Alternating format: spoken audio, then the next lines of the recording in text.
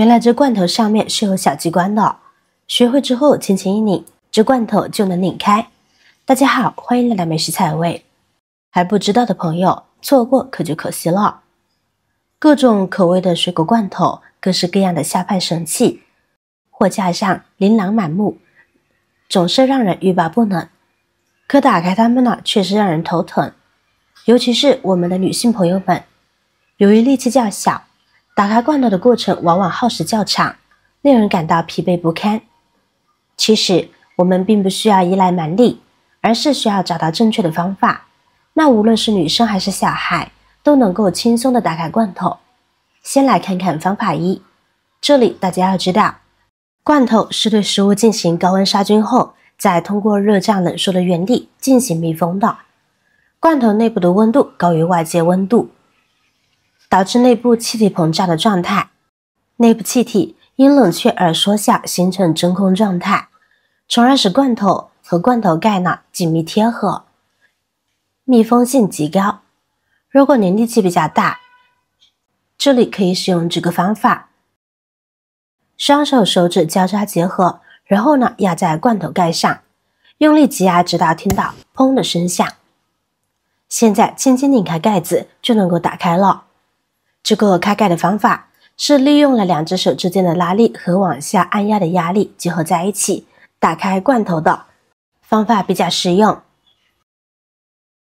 接下来我们再来看看方法二。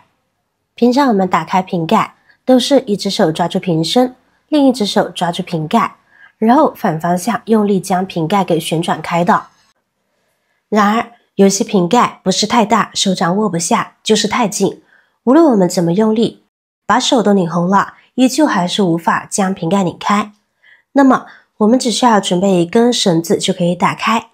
我们把绳子对比瓶盖大小，然后呢打个结，一定要把结打牢固定住。然后我们把这个绳子套在瓶盖的边缘，用手固定住。然后再拿出一根筷子，我们用筷子套住绳子，往一个方向将绳子拧紧。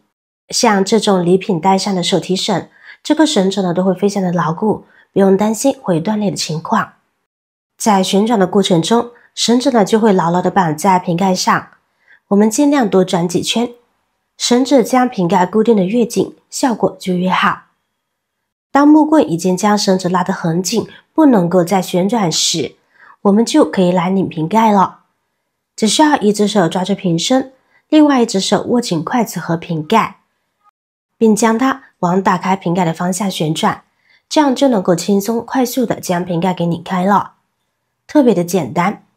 其实这就是记住了一个杠杆的原理，我们用绳子将瓶盖给固定住，然后通过棍子从而带动瓶盖上的绳子，增大了摩擦力，使瓶盖能快速的打开。用这个开瓶盖的方法，那是既简单又轻松。无论瓶盖拧得多紧，或者瓶盖太大，没有办法用力的情况下，我们都可以用上这个方法哦。方法三，摔打法。这是一种最简单的方法。如果您习惯用右手的话，那么像我这样拿稳，再向上敲打5-6下。哎呀，失算了，太大意了，都洒出来了。大家实际操作就不用那么用力的敲打那么多次了，就敲打3次，也最多3次了，就能够轻松的打开了。如果您习惯用左手向下敲打3次就好。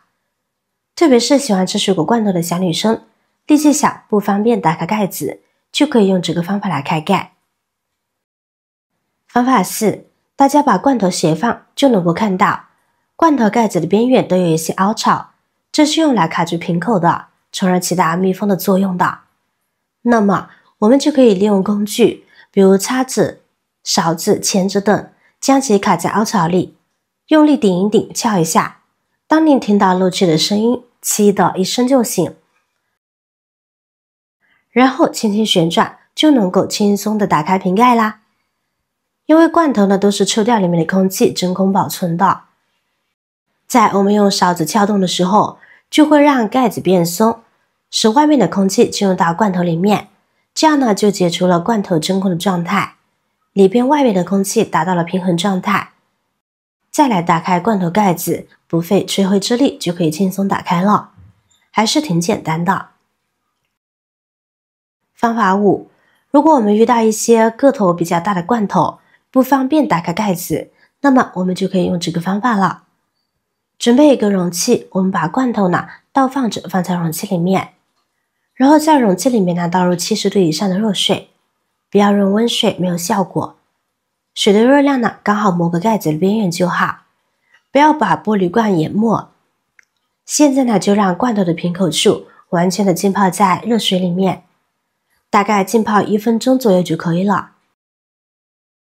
差不多了，这会儿呢我们再将其取出来，先用纸巾擦干水分，避免待会儿开盖时水分滴落在罐头中，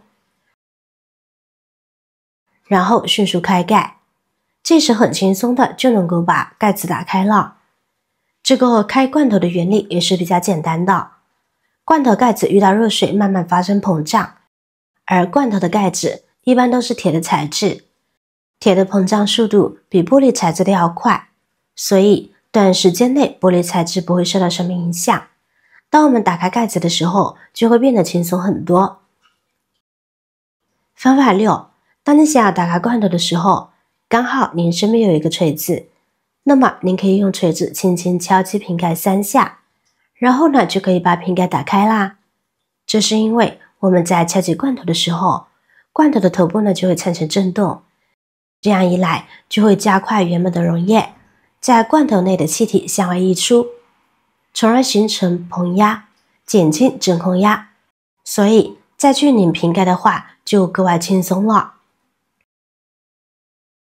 方法7，最合适太小的罐头瓶，取一张保鲜膜，把它对折起来，折小一些，比罐头盖稍微大一点就行。然后呢扣在盖瓶上，然后用平时开盖的手法正常开盖就好。保鲜膜这种材质看似薄薄的，但是它特别的有韧性，粘性也非常大，所以我们用保鲜膜可以当做一个防滑材料，增大摩擦力。这个原理就是在我们的手和罐头瓶盖之间呢加入了保鲜膜，增加了摩擦力，拧的时候呢就更加的轻松了。不过这个方法比较适合这种小一点的罐头瓶盖哦。关于开罐头盖的几个方法，现在都了解清楚了吧？学会了之后，开罐头盖就变得非常的轻松了。好了，今天的视频内容到这里就结束了。如果你那里有更好的建议，欢迎评论区留言，随心进行分享。同时也希望大家能够多多点赞、转发，使更多的人能够关注到这些事实动态。语文方便，语句方便，期待和您再度相逢，一同探寻更多的社会真相。我是瑶瑶，那么我们下期再见。